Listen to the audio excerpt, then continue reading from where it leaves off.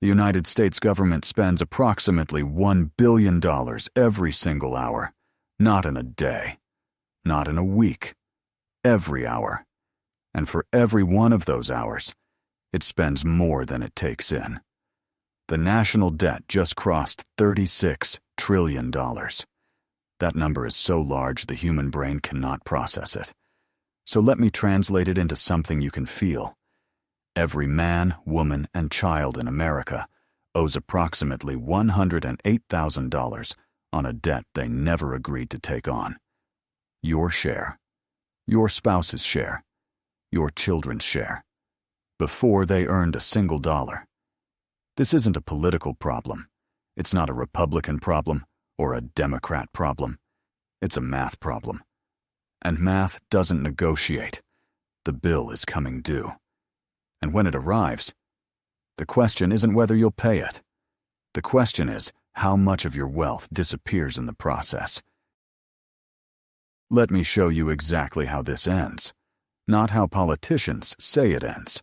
Not how the financial media pretends it ends. How it actually ends, based on every historical precedent available. When a government accumulates debt, it cannot repay through normal means. It has exactly 5 options. 1. Grow its way out. Generate enough economic growth that tax revenues eventually outpace the debt. The United States would need sustained GDP growth of 4 to 5% annually for decades to meaningfully address this trajectory. We haven't seen that consistently since the 1990s. 2. Cut spending. Austerity. Reduce government expenditures dramatically enough to close the gap. This is politically impossible in America. The moment any politician seriously proposes cutting Social Security, Medicare, or defense, their career ends. It has never happened at the scale required. It will not happen now. 3. Default. Simply refuse to pay. Tell creditors the money isn't coming. For the world's reserve currency, this is essentially unthinkable. It would trigger a global financial crisis that would make 2008 look like a minor correction. 4. Inflate the debt away. Print money. Expand the money supply. Make the dollars used to repay the debt worth less than the dollars originally borrowed. This is already happening. And 5. The one nobody says out loud. Deliberate currency devaluation. Not inflation as a side effect of policy. Devaluation as the policy itself. Here's what those managing this situation don't want you to understand. Options 1 and 2 are off the table. Option 3 is catastrophic, which means options 4 and 5, inflation and devaluation, are not possibilities. They are certainties. The only question is the magnitude. And history, Rome, Weimar, post-war Britain, Nixon's America, history suggests the magnitude is always larger than anyone admits until it's already happened. I want to ask you something. When you heard the number $36 trillion, what did you feel? Probably nothing. And that's the problem. The human brain has a documented psychological response called psychic numbing. When numbers become too large to comprehend, the brain simply disengages. It stops processing the threat as real. One person drowning is a tragedy.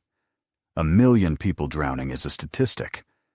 $36 trillion is so far beyond normal human experience that your brain filed it under someone else's problem before you even finished reading the number.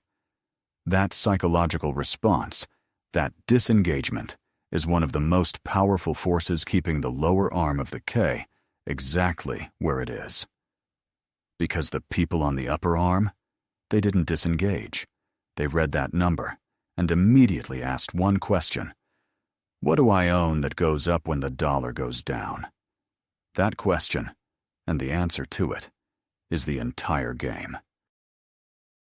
Let me be precise about what currency devaluation actually means for your financial life, because most people think of it as an abstract, macroeconomic concept. It isn't. It is a direct transfer of wealth from people who hold dollars to people who hold assets priced in dollars. Here is the mechanism. The Federal Reserve expands the money supply. More dollars exist. Each existing dollar represents a smaller claim on the total pool of goods, services, and assets in the economy. Your savings account holds the same number of dollars, but those dollars now buy less. The person who owns the house, the equity portfolio, the productive business, their assets rise in nominal dollar terms because more dollars are chasing the same underlying value. Your purchasing power went down. Their net worth statement went up. Same event, opposite outcomes. Now multiply that mechanism by a decade of deliberate policy. The dollar has lost approximately 97% of its purchasing power since the Federal Reserve was created in 1913. Not in one dramatic crash, not in one visible crisis. Slowly, quietly, relentlessly. 1% at a time, 2% at a time, 4% at a time.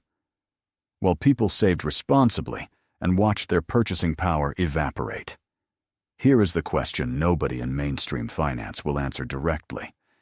If the United States cannot grow, cannot cut, and cannot default, and if the debt trajectory continues on its current mathematical path, what is the realistic purchasing power of the dollar in 10 years?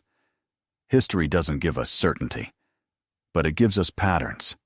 And the pattern of every sovereign nation that has reached this debt-to-GDP ratio without a credible resolution mechanism is currency devaluation of between 30 and 60% in real terms over the following decade. 30 to 60% gone. The dollar in your savings account, the dollar in your money market fund, the dollar in your fixed income portfolio, worth 40 to 70 cents on today's dollar. Within 10 years. Not if this happens. When? Pay attention to behavior, not language. The current administration has talked openly about wanting a strong dollar. Since Inauguration Day, the dollar index has fallen approximately 10 to 12%. That is not a strong dollar policy. That is a weak dollar policy with strong dollar rhetoric. And a weak dollar, deliberately or not, is exactly the devaluation mechanism this video has been describing. Watch what they do, not what they say. This has happened before, not in some distant historical civilization, in living memory. In America, August 15, 1971, President Nixon appeared on national television and announced that the United States would no longer honor the conversion of dollars to gold. Overnight, the dollar was no longer backed by anything except the promise of the United States government. The Bretton Woods system, the international monetary framework that had anchored the post-war global economy, was gone. They called it the Nixon Shock. What it actually was the largest unilateral debt restructuring in modern history. Every foreign government holding dollars as gold-equivalent reserves woke up the next morning holding paper. Nixon didn't call it devaluation. He called it protecting the American economy. They never call it what it is.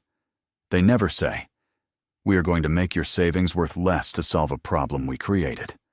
They say, "We are taking necessary steps to ensure long-term economic stability." The language changes. The mechanism never does. And the people who understood what was actually happening in August 1971, who owned real assets, hard assets, productive businesses, they were fine. The people who trusted the paper were not. Let me be completely direct about who wins and who loses in a devaluation environment. Winners. Anyone who owns real assets priced in the depreciating currency. Equities, because companies own real things, generate real revenues, and reprice in nominal terms as the currency weakens. Real estate, for the same reason. The house doesn't change. The dollar price of the house rises. Hard assets, commodities, precious metals, productive land. Borrowers with fixed-rate debt, because they repay in cheaper dollars than they borrowed. Losers, cash holders, savings account balances, money market funds, fixed income investors, bonds, CDs, annuities. You lent dollars at a fixed rate and get repaid in dollars worth less than what you lent.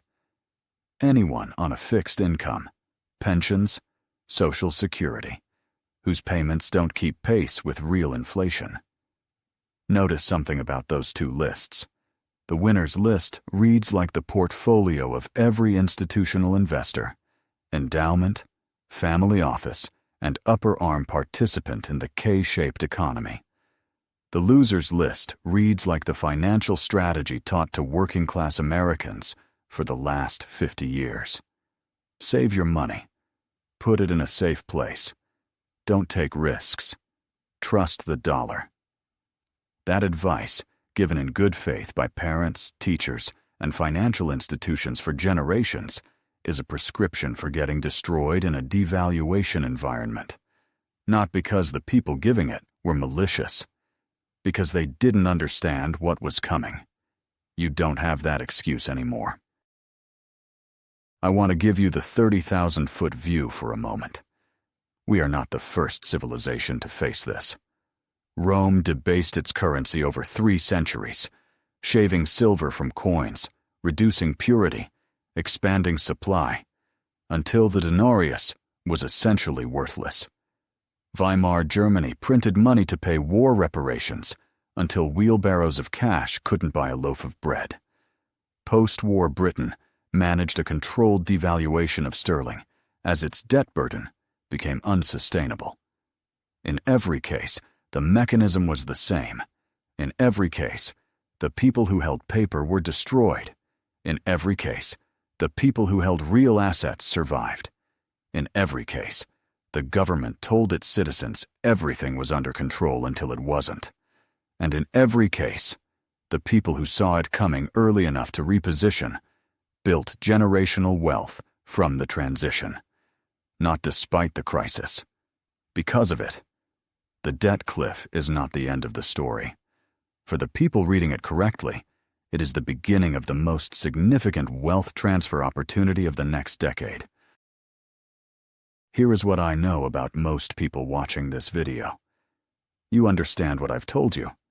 You believe it's probably true. And you will do nothing about it. Not because you're lazy, not because you lack the resources, because the human brain is wired to discount future threats that aren't immediately visible. The debt cliff doesn't feel urgent today. The dollar in your pocket still buys what it bought last week. Your savings account balance hasn't changed. So the brain says, not yet. I'll deal with this later. Later is exactly when you can no longer do anything about it. The repositioning that protects wealth in a devaluation environment takes time. It requires building positions in productive assets before the devaluation accelerates. Before the crowd figures out what's happening. Before the assets that protect you are priced at a premium because everyone suddenly wants them. The people already positioned for what's coming didn't position after it started. They positioned while everyone else was still debating whether it was real. That window is open right now. It will not stay open. I want to name the thing that is standing between you and the action you need to take. It isn't the complexity of the investment landscape. It isn't access to information or tools. It's a belief. A deeply held, culturally reinforced belief that the dollar is stable, that saving is safe, that the institutions managing this situation have it under control. That belief was installed in you by a system that benefits from you holding cash. Banks profit from your deposits. The government profits from your faith in its currency. The financial industry profits from selling you products denominated in the currency it controls. None of them will tell you to reduce your dollar exposure. None of them will tell you the currency is being debased deliberately. None of them will tell you that the savings strategy they've been recommending for decades is going to get destroyed in the environment that's coming. But the math will. And the math doesn't have a conflict of interest. Let me tell you what the people who understand this are actually doing. Not in abstract terms, in the specific asset class logic that drives their decisions. First, they are reducing dollar-denominated cash exposure to operational necessity only, not eliminating cash. Cash has a role, but holding years of savings in depreciating currency is not a strategy. It's a slow liquidation of purchasing power. Second, they are building positions in productive assets that reprice as the currency weakens. Equities in companies with real pricing power, hard assets, real estate with positive cash flow, infrastructure plays tied to physical economic activity. The thesis is simple. Own things that have real value independent of the dollar's purchasing power. Third, they are paying attention to the structural tailwinds that a devaluation environment creates. Certain sectors benefit directly from the inflationary and devaluation dynamics already in motion. The people who identify those sectors early and build positions with conviction are the people who compound through the crisis rather than getting destroyed by it. Fourth, they are thinking generationally. Not what does my portfolio look like next quarter? What does the purchasing power of my family's wealth look like in 10 years? And is my current strategy positioned to preserve and grow it through what's coming? These are not complicated decisions. They are not available only to the wealthy. They require clarity, conviction, and the willingness to act before the crowd arrives. Let me leave you with the only thing that matters. The debt is real. The trajectory is mathematical. The resolution mechanisms are limited, and the wealth transfer that happens during currency devaluation has already begun. You are not watching this from the outside of history.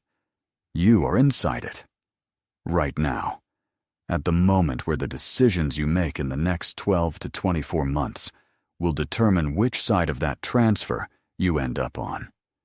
The upper arm of the K is not lucky. It is not privileged by accident. It is positioned. It understood what was coming before the headlines confirmed it. It acted while everyone else was waiting for certainty that never arrives. The debt cliff is not coming. It is here. The bill is not due someday. It is due now, being paid in slow motion. One debased dollar at a time. The only question left is whether you're on the right side of the transaction. Your move. I don't want your like. Likes are for people who found this entertaining. Subscribing is for those who intend to stay on the upper arm of the K. If that's you,